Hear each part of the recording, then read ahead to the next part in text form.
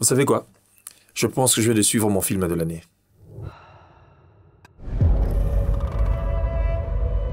Mrs. Wang. Mrs. Wang. Mrs. Wang, are you with us? I am paying attention.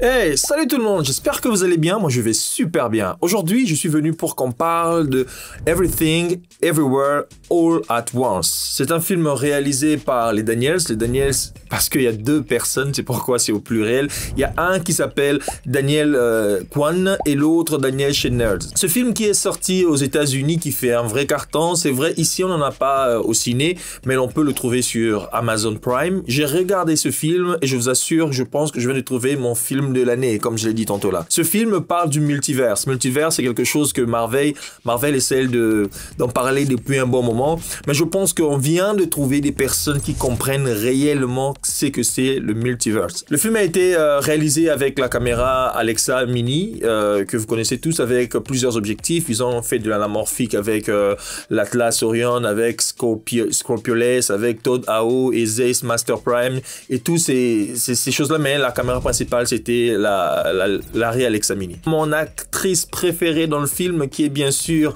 Michelle Yeoh. Michelle Yeoh, je pense que vous connaissez tous, c'est celle qui a été dans Tigre et Dragon, dans plusieurs films dans le temps des années 90, 2000 aussi.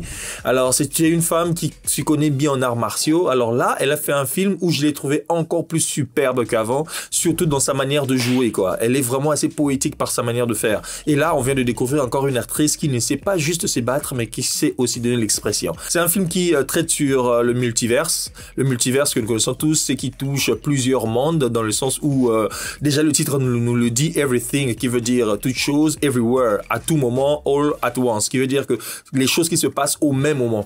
Et dans ce film, je pense qu'on la suit durant toute une journée. C'est une histoire qui parle de la famille de l'actrice, j'ai bien dit c'est Michelle, mais dans le film, elle s'appelle Evelyn Wang. Alors, le film aborde sur le personnage de Evelyn Wang. Evelyn Wang qui est une mère de famille, qui a une seule fille. Ils sont tous résidents, aux États-Unis.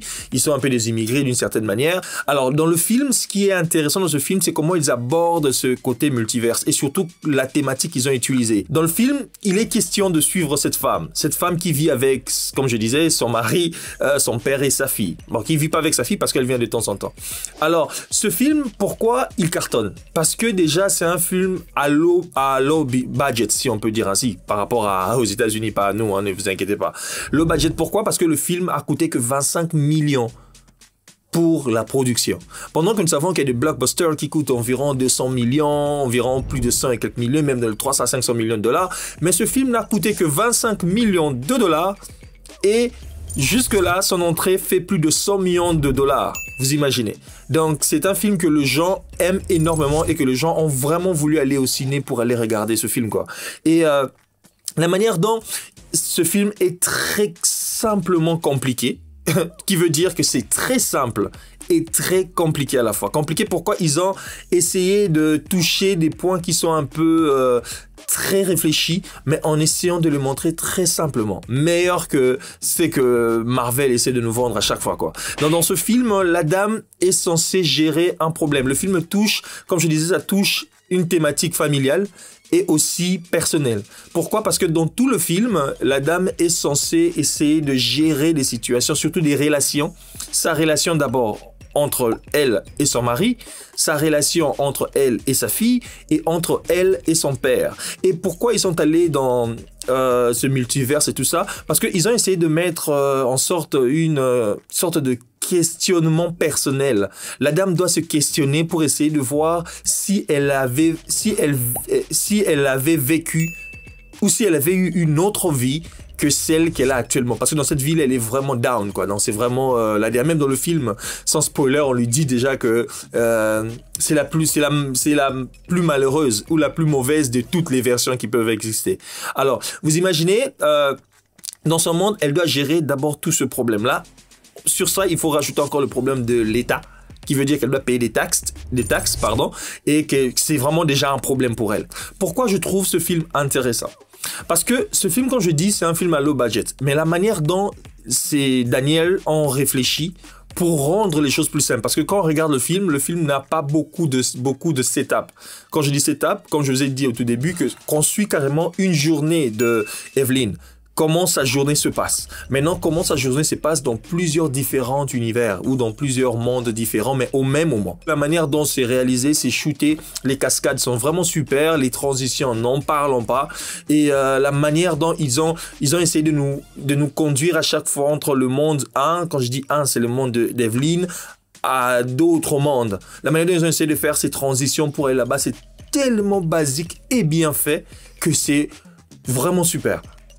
Alors, dans le film, il est question que Evelyn doit gérer un problème. Elle doit se battre contre un autre esprit ou une autre personne qui est vraiment un peu plus évoluée que toutes les autres et qui gère bien ce côté multiverse. Alors, elle est la seule qui a le lien ou le trait avec ce personnage-là qui fera en sorte que ce soit elle qui soit la seule capable de résoudre ce problème. Maintenant, vu que je vous ai déjà dit qu'elle est vraiment la plus nulle des toutes, elle est censée à chaque fois se référer à ses autres versions pour pouvoir résoudre le problème. Ce qui nous montre encore comment ils ont bien exploité ce côté-là. Ce qui fait que vous qui êtes ici, dans votre monde, et vous qui êtes dans l'autre vous, je voulais dire, qui est dans l'autre monde, en réalité, ce n'est que vous, mais d'une autre version.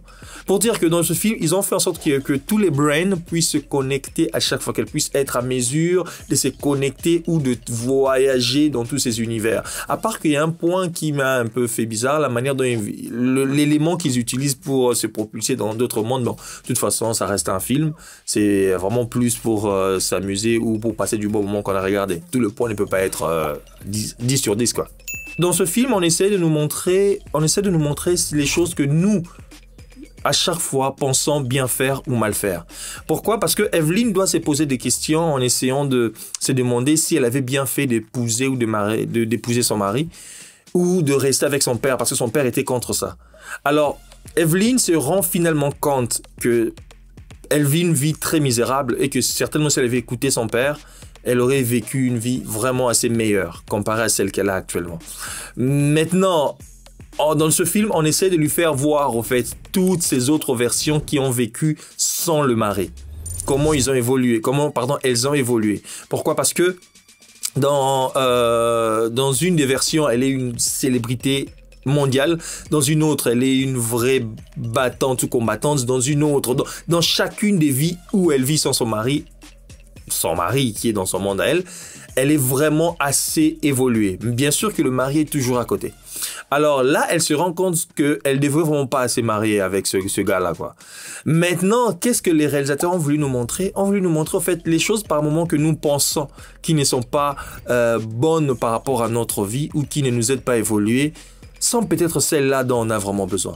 Pourquoi? Certes, elle avait des problèmes dans ce monde-là, mais dans ce film, on nous a montré finalement à la fin que se marier à ce mari était l'élément par excellence. Pourquoi? Parce que l'effet qu'elle soit la plus faible entre toutes les versions, c'est l'effet qui la rend beaucoup plus forte et qu'elle a toujours ce mari-là pour l'aider. On l'a vu quand elles étaient allées voir, je sais pas si je dois dire, la dame de l'impôt, des impôts et tout ça.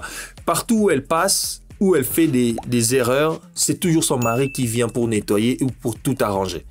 Et même, ce que j'ai aimé dans une des versions où elle est une célébrité avec son mari, qui ne sont pas ensemble, mais qui se connaissent bien sûr, et le mari essaie d'aborder la dame, le mari lui a dit « J'aurais bien aimé être avec toi, fonder une famille et que je puisse laver les assiettes. » En fait, le mari, dans cette version-là, lui souhaite d'être comme dans l'autre version, pendant que dans la version où elle est vraiment la plus épanouie.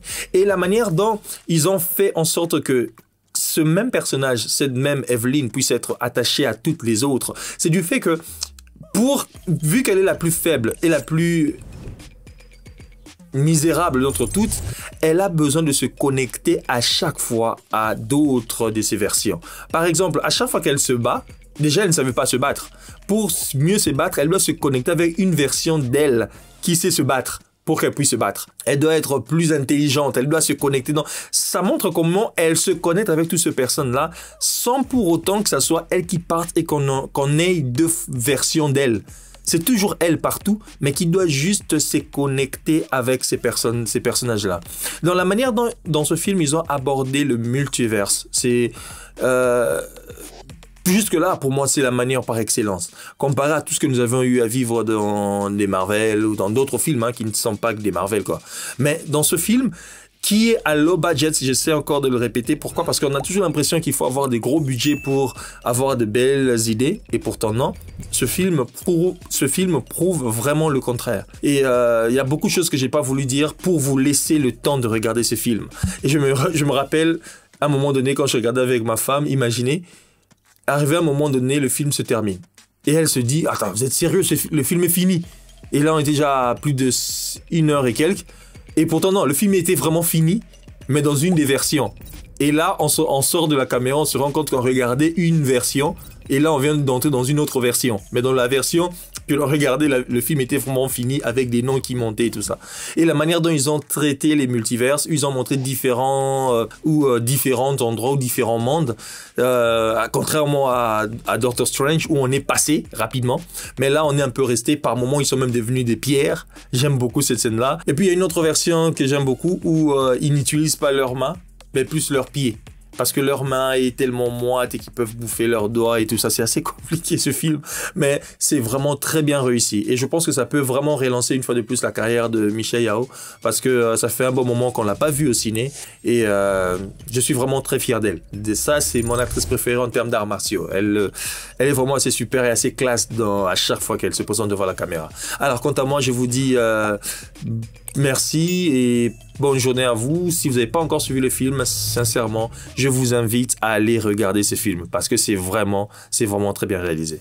Bye.